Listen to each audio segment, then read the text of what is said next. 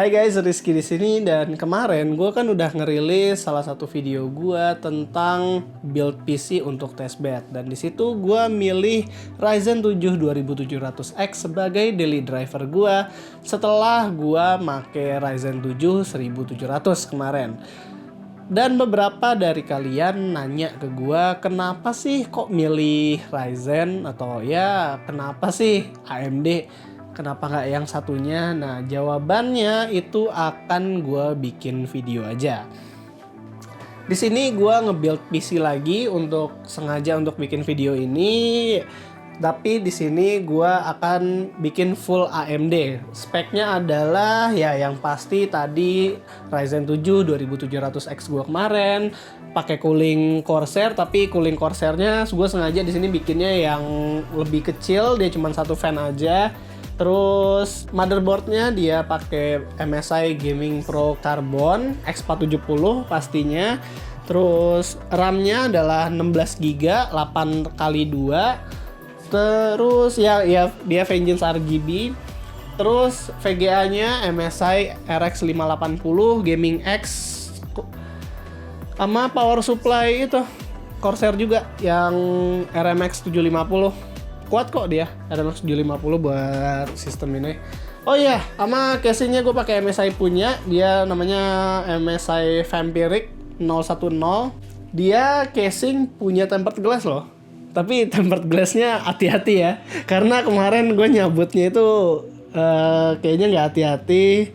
Jadi gue nyabut skrunya pas dia lagi berdiri gini, bukan lagi tiduran. Terus gue kira ada karet yang nahan tempered glassnya. Jadi alasan pertama kenapa gue pakai Ryzen 7 2700X itu karena yang pertama itu karena dia itu sekarang murah.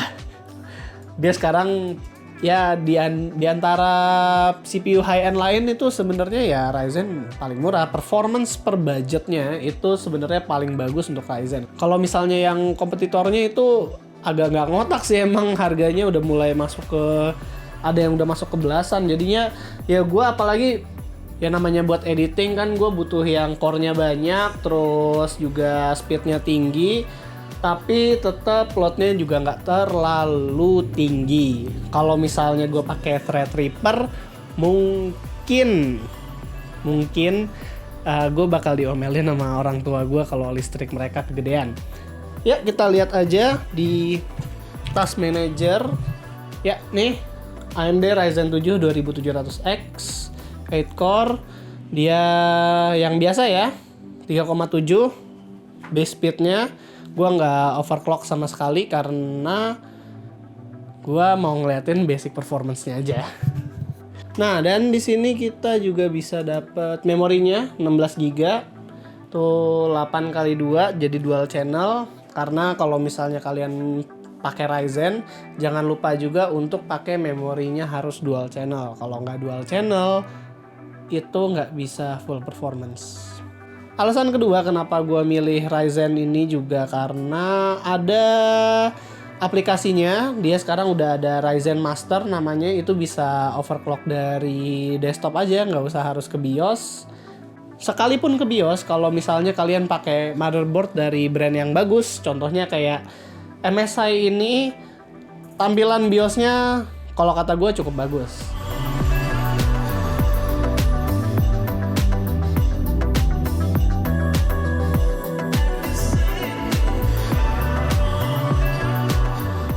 Nah, kita udah sampai ke BIOSnya, sampai udah kayak dari mana aja. Udah kita udah masuk ke BIOSnya. Dari BIOSnya ini kelihatan kalau misalnya speednya base, yang RAM speednya juga masih 2133. Secara default dia akan kayak gitu. Kalau misalnya di sini tuh ada dua mode, ada easy mode, ada advanced mode. Jadi ya mana menurut kalian yang enak aja nih. Kalau misalnya di easy mode tuh ya kelihatan ini CPU frekuensinya, ini memori frekuensinya.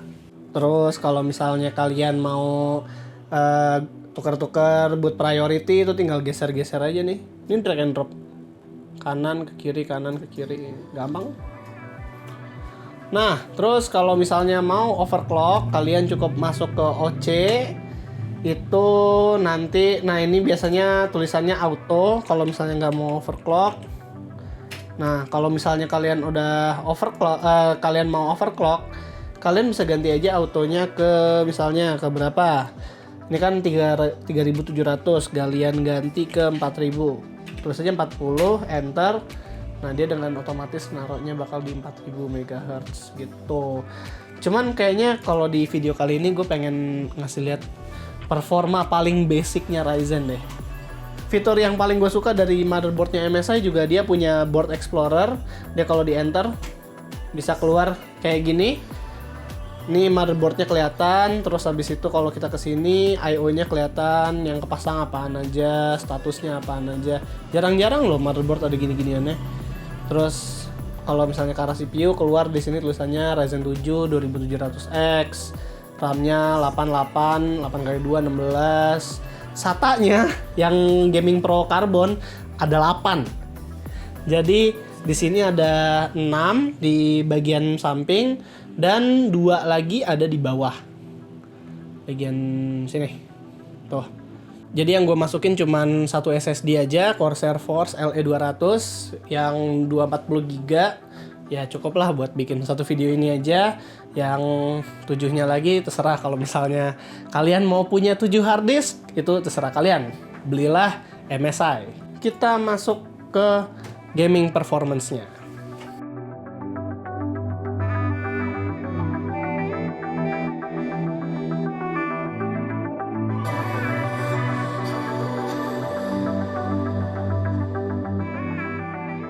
Nah, di sini kita coba buat main Apex. Dia bisa sampai berapa FPS? Tadi sih gua coba settingannya di Full HD, Ultra settings. Mungkin sih kalau kata gue bisa sampai 100 FPS ke bawah mungkin ya, kayak 80-90-an gitu. Cuman ya nggak tahu juga. Di main menu ya tadi gue lihat bisa sampai 140-an. Ya jadi gue ngurangin 40 FPS jadi sekitar 100 kayaknya ya. Tahu juga. Nah, jadi pas lagi di atas itu kita cuma dapat 54-60 FPS-an. Pas lagi kayak gini kan dia ngerender semuanya itu sekitar 60 FPS. Makin turun makin naik juga FPS-nya. Coba agak lihat dikit, 56, 55. Feeling gue sih di bawah 70-an sih kayaknya, kalau di atasnya 50-an gini. Ya, betul. Nih kadang gue dapat 100, 90, kadang juga 80-an. Buat dapat FPS average-nya sih kayaknya di sekitaran 80-an. Pas udah turun, gue rasa sih Wops, lagi ada musuh, gue belum dapat senjata, siap. Ya menurut gue sih ini, waduh, RX 580 sama 2700X adalah CPU dan VGA yang cukup lumayan untuk gaming. Mungkin bukan di 2K karena RX 580 bukan ke arah situ. Tapi kalau di Full HD ini masih bisa sampai 100-an, 90-an dapat sih. Gila, gue dari tadi gak dapet senjata dong. Dah. Ya intinya kalau misalnya di Ryzen ini sebenarnya gua itu memang ngincar lebih ke render time. Render time-nya dia biasanya lebih singkat daripada Intel.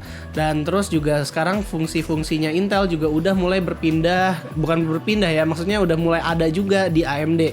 Contohnya kayak Optane sekarang kan udah ada Store MI, apalagi sekarang Store MI udah bisa pakai semua SSD. Kalau Optane kan nggak, harus pakai SSD-nya si Intel. Jadi ya rata-rata gue lihat sih gue lebih menang untuk milih AMD ketimbang Intel. Terus ada fitur SenseMe juga yang bisa ngebantu kita dalam nge-overclocking. Dia bisa kayak ngasih tahu kira-kira dengan suhu segini itu clocknya bakal optimal di berapa. Jadi kalau misalnya kalian penasaran sama hasil 3D Mark Firestrike atau Time Spy-nya, akan gue liatin abis video ini. Terakhir, jangan lupa like, share, dan subscribe. And as always, have a nice day.